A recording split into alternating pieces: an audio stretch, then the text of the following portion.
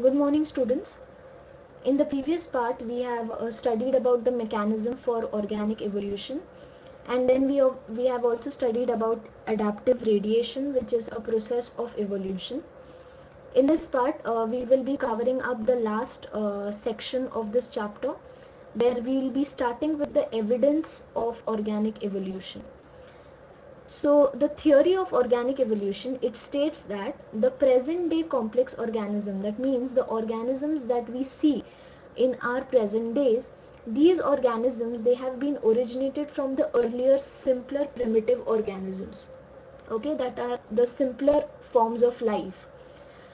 And the process of evolution, this organic evolution, it supports various evidences, and these evidences are provided by various branches of biology such as paleontology, comparative anatomy, embryology, and molecular biology.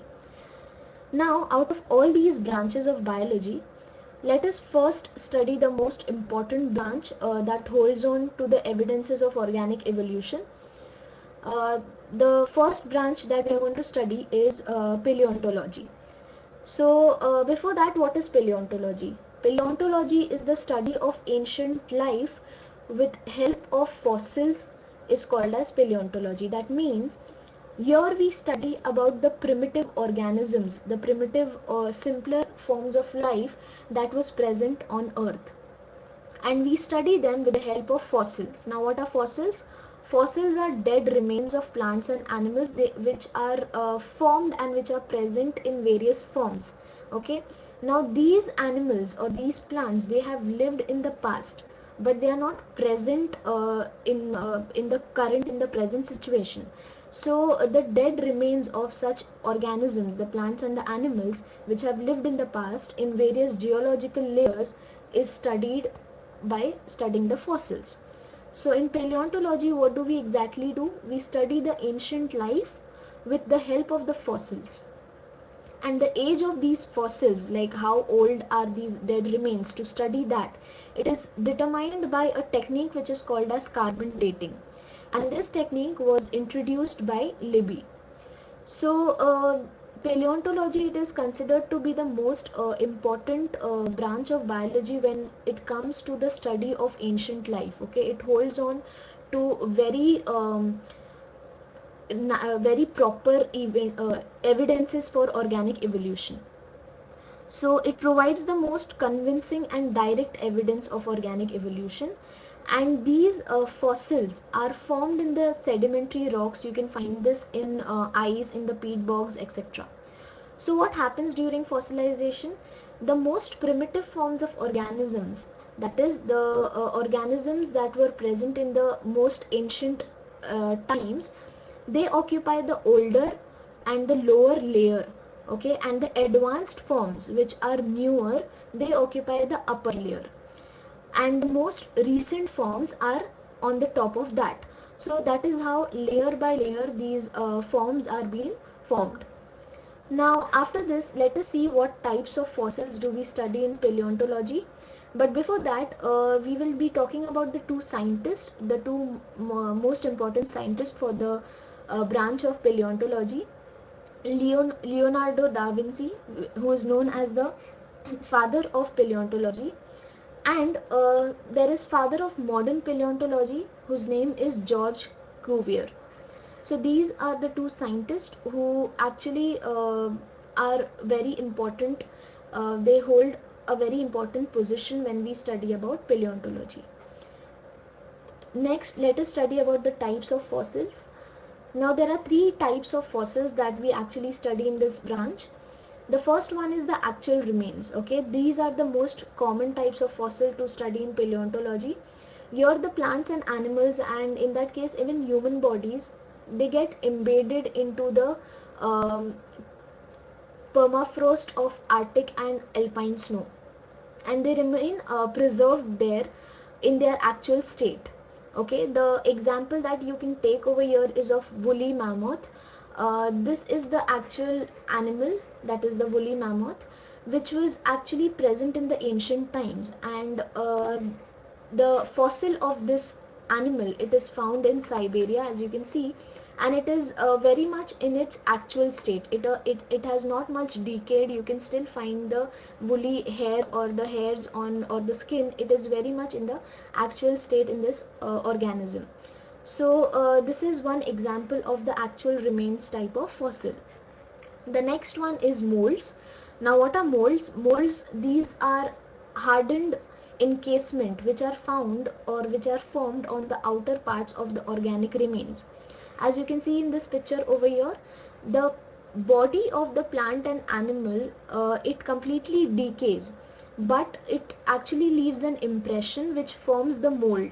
Okay, and that impression, it becomes permanent. It stays permanently forever. So this is one type of fossil which we study under paleontology. The third type is compression. Now here what happens is the internal structure is completely absent. This is different from molds. In molds, what used to happen? In molds, it is like the animal or the plant body, it is completely decayed. Only the impression is left. But in compression, the internal structure is absent, but a thin carbon film on the top, it indicates the outline of the external feature. Now, how is this formed? It is formed when the organism, it can be plant or animal, it gets compressed between the rocks. Okay, so it just forms this carbon film that indicates the outer line of the or the external feature of that organism. So these are the three types of fossils. Now after this, let us study about the significance of paleontology. That means, where is paleontology actually applicable? So this is useful in the reconstruction of phylogeny. That is, if you want to study the ancestry of a particular organism, so that is studied by the branch of paleontology. The second one is, it helps in studying various forms and structure of extinct animals. So the animals which have gone extinct, which are not present in the present time, you can study the various forms and their structures by the fossils which we study in paleontology. The third significance is, it provides record for missing link between two groups of organisms. Now what does this mean? It actually means two groups of organism. That means the primitive organism has evolved through a complete period of time, and it has formed the advanced animal. So there is a link which it follows for this type of evolution. So paleontology, it helps us to keep the record of those missing links. The fourth significance is, it helps in the study of the habit of extinct animals. Okay, the complete habit of extinct animal can be studied by the process of paleontology. Now let us study what is missing link, that or it is also known as connecting link, because it is a connection between two groups of organisms.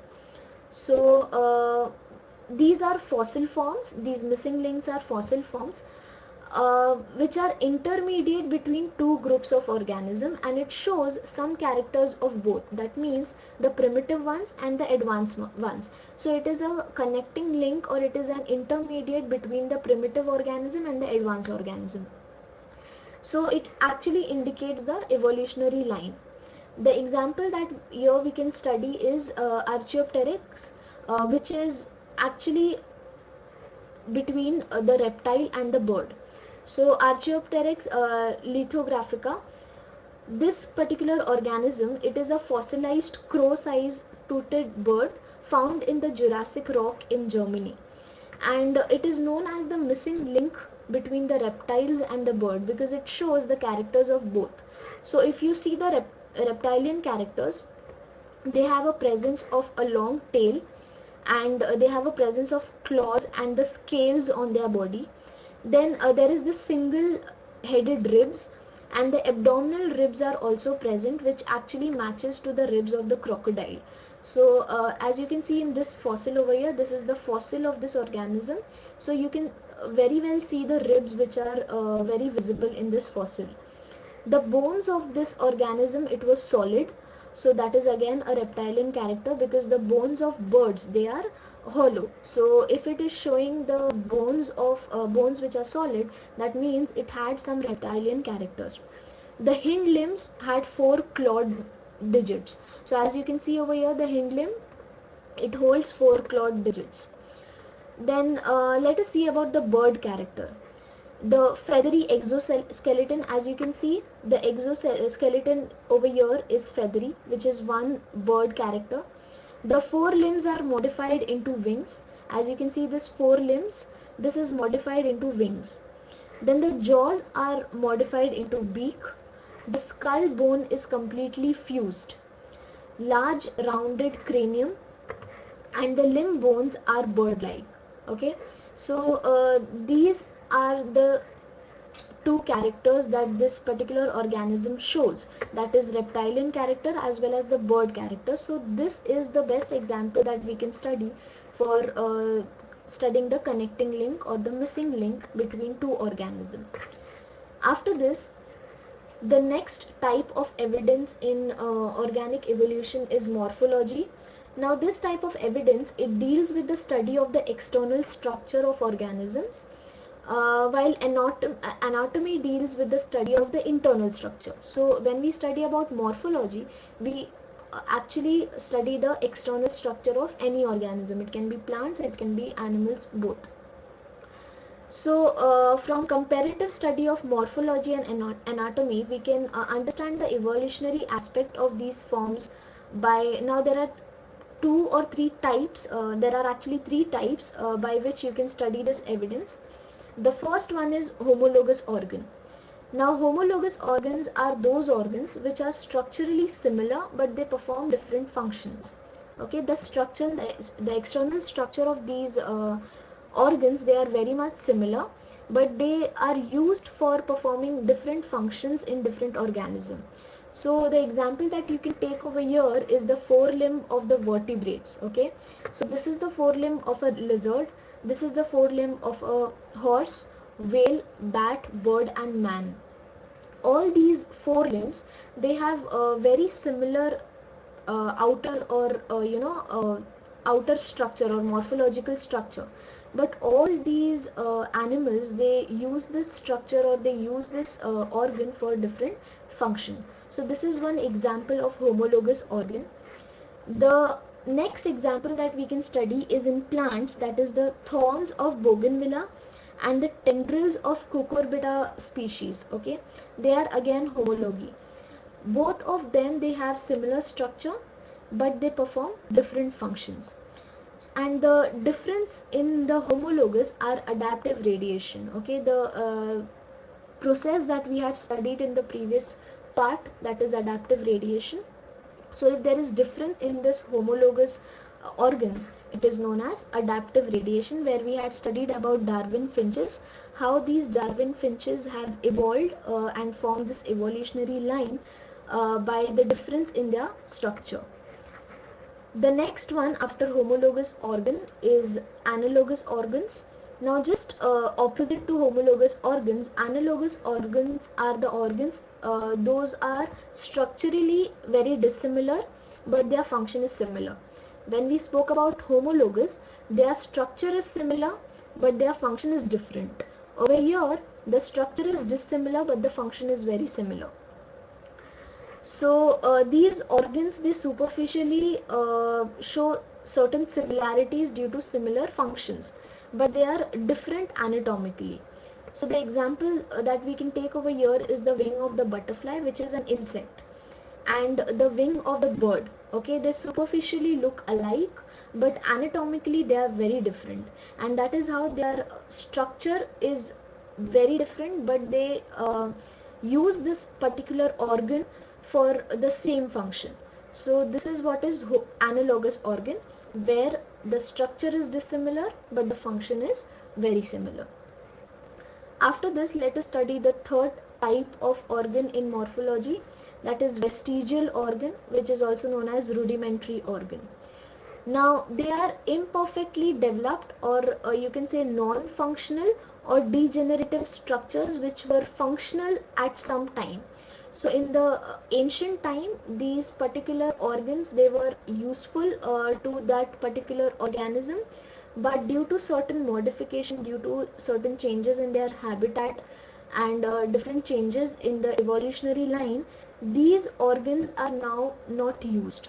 So that is how you can say that they are imperfectly developed, and non-functional degenerative structures which were functional in some related times in certain animals or their ancestors. So the vestigial organs are no longer required. Okay, what are vestigial organs? The organs which are no longer required in that particular organism, but it indicates the relationship with those organisms which where these organs are were fully developed. Okay, so the example over here we can study of humans uh, who show certain vestigial organ. The first one is the presence of wisdom tooth, that is the third molar. Now this third molar tooth or the wisdom tooth is actually having no function in human body, but still it is present. That means it was at certain period of time in ancient times it was functional, but due to certain modification in humans the function is not the same of this particular wisdom teeth, and so it is just present as a vestigial organ without performing any function. The second one is the tailbone. Now it is greatly reduced in man since the tail is of no use. In ancient time, the apes or you can say the monkeys, they used to use this tail for various purposes like climbing the tree and all. But in the present day, the advanced man, they have an erect posture, and because of that erect posture, this tailbone is of no use. So it is greatly reduced, having no function, but it is still present in the human body as a vestigial organ. Then the third one is the vermiform appendix. So this appendix, this is the structure of appendix over here. So this appendix, it is functional in herbivorous mammals. Okay, it is function in herbivorous mammals for the digestion of cellulose, but because man they have modified themselves and they have become advanced and developed, and due to that modification it is not used in mans because they eat cooked food, and because they eat cooked food there is no use of digestion of these cellulose. So that is how again there is no function which is left for this appendix, but still it remains as a vestigial organs in humans. Now after the morphological evidence in organic evolution, the next part, let us move to the next part of this chapter, which is speciation. Now speciation, this term is given to the process in which new species are formed in the evolutionary line, and this process, it takes place in two methods. The first method is the gradual process, and this process is a slow process you can say, and the slow process takes place by two means. The first mean is allopatric speciation, and the second one is sympatric speciation. Now in allopatric speciation, the new species that are developed from the original species, that is the new species, the advanced species that are present in the present time, they have developed from the original species which was found in the primitive time, and the changes that have occurred and that has actually made this new advanced species, it has occur due to certain geographical separation or geographical barriers. The example again over here that we take is of Darwin finches. Now these Darwin finches or the finches which were found on different islands of Galapagos, they differ from each other in terms of their size and the beak, but they are believed to be evolved from the grain eating black birds.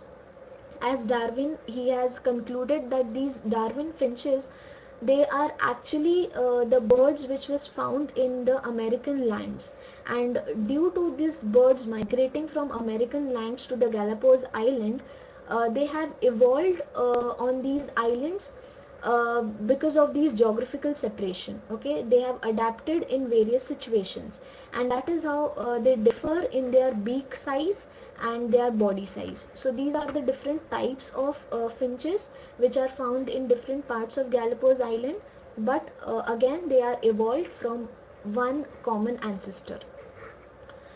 The second mean of gradual process is sympatric speciation.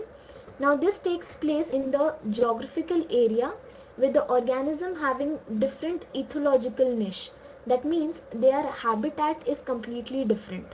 The example that we can take over here is of pigforce and gopher's frog. This is the gopher's frog. Now pig frog and gopher's frog, they are both found in the same geographical area, and they have evolved from the common ancestor, but they look very different from each other because they are having different ethological niche. That means their habitat is completely opposite from one another. This is the gopher's frog and this is the pig frog. The next one is the first one that we studied was gradual process. Now this is abrupt process, or you can also say the sudden process. Now this abrupt process or sudden process, they are mostly due to mutation and hybridization. Okay, the example that you can take over here is of mule. Okay, mule is an intragenic organism. That means it is a hybrid. It is an hybrid animal which is formed from two genera. The mule is an offspring of a male donkey and the female horse. Okay, so that is how the hybridization is done between a male donkey and female horse, and a new intragenic organism is developed, which is called as mule. So these horse and donkeys, they are two different species coming from the two different genera with different number of chromosomes. So by various process of hybridization, a mule is formed. So this is one example of abrupt process. The next, let us get to the last part of this chapter, that is human evolution. In case of human evolution, we will first start with Dryopithecus and Ramapithecus. So Dryopithecus, they are more in the appearance, they are more ape-like, and these humans, they were found, you can say, some 25 to 20 million years ago, and their fossils are found in Himachal Pradesh, in Africa, at the place of Victoria Lake. Now when you talk about this type of human, the special feature that this type of human they hold was close similarities to chimpanzees and gorillas. Okay, so they had this semi-erect structure. Their posture was not erect, it was semi-erect. The next one is Rampithecus, human type. They were more man-like. So you can say they are Dryopithecus and Rampithecus. They are very much connecting links between them. So this type of human, the fossils were found in Shivalik Hills in India, and some of them were also found in Kenya. The period when this type of human evolved was somewhere around 15 to, you can say, 12 to 14 million years ago. Now again, there was some modification in the posture of these type of humans, and their posture was erect, no, unlike the Dryopithecus human. After this, the third evolved human was Australopithecus. Now Australopithecus, they are found to be, or they are considered to be, the connecting links between ape and man. Okay, and the fossils of this particular human, it was found in South Africa, Ethiopia and Tanzania. Then the period when they were actually found was some 1.8, or you can say 2 to 4 million years ago. And if you talk about their cranial capacity, it was 450 to 600 cubic centimeter. The special features of this particular human was that man with an ape brain. It was a complete man with an upright, erect posture with an ape brain. And the skeletal features showed that they were not taller than 10 feet. That means they had very short height of about 4 feet. The jaws were large, and chin was completely absent. Lumbar curvatures were present. And because of this lumbar curvature was present, you can say that the man was upright. Now how do you understand if this particular human, or this Australopithecus human, they used to stand upright because they had this curvature, and this lumbar curvature which we in present day man also holds. So this says that the posture of this particular human was upright. After this, the next evolved man was known as Homo habilis. So Homo habilis, or they are also known as handymans, the fossils of this type of humans, it was found in Africa and Tanzania, and the period when they were found was somewhere about 2.5 1.4 to 2.5 million years ago. Again, if you talk about their special features, probably they did not eat meat. Now, how do you know that they did not eat meat? That is because their dentition was more like the modern man, with smaller molars. Okay, their molars were not very much developed, and it was smaller in size, and that is how you can say that these man, or these type of humans, they probably did not eat meat. Now they made tools which was very much efficient, and these tools were made of stones, and that is how this type of human, they were nicknamed as handyman. So after this, the next evolved human was Homo erectus. They were more of ape-like, and their fossils were found in Java and Peking. Peking is a place in China. So these are the two places where their fossils were found. The period when this man, or this particular human existed, was you can say 1.5 million years ago. And the skeletal features, it shows that their height was somewhere about 5 feet. They had huge teeth, chin was completely absent. They had bony eye and brow ridges. Now what are brow ridges? Brow ridges are where our eyebrows are formed. So these brow ridges were present. That means it was a very prominent structure in their body. Their cranial capacity was 900 cc. The posture was very much erect, and the special features of this particular human was they ate meat because they had huge teeth and massive jaws. That is how you can say that these particular humans, they ate meat. They were omnivorous, might have used fire. So these are the special features for Homo erectus. The next one is Neanderthal man. They are known as the most advanced prehistoric man. So the fossils of this type of man was found in Neanderthal Valley and in Germany, and it was found, you can say, some 1 to 4 million years ago. If you talk about their cranial capacity, it was 14 cc, and the posture again of Neanderthal man was very much erect. They used hide to cover their body, and they also buried the death. So that is how they are known as the advanced prehistoric man. And they constructed flint tools. Okay, that makes them advanced. Now the skeletal features, it says that they had heavy built, short prominent brows ridges, low forehead, deep jaws, chin was again absent, and outwardly curved thigh bones. So these are the skeletal features of Neanderthal mans. Then the most advanced ones are the Homo sapiens, that is the modern man, and the fossils of these mans were found in Africa.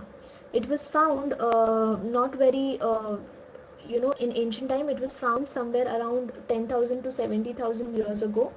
Again, the posture of this particular human is erect. Cranial capacity is 1450 cc, and the special features of Homo sapiens are they have developed distinct races, developed cave art about 18,000 years ago. So this is about the evolutionary lines of human, right from Dryopteris to Homo sapiens. Sorry, Dryopithecus to Homo sapiens. And this is how we end this chapter. In the next part, or in the next session, we will be starting with the new chapter where we'll be studying about plants.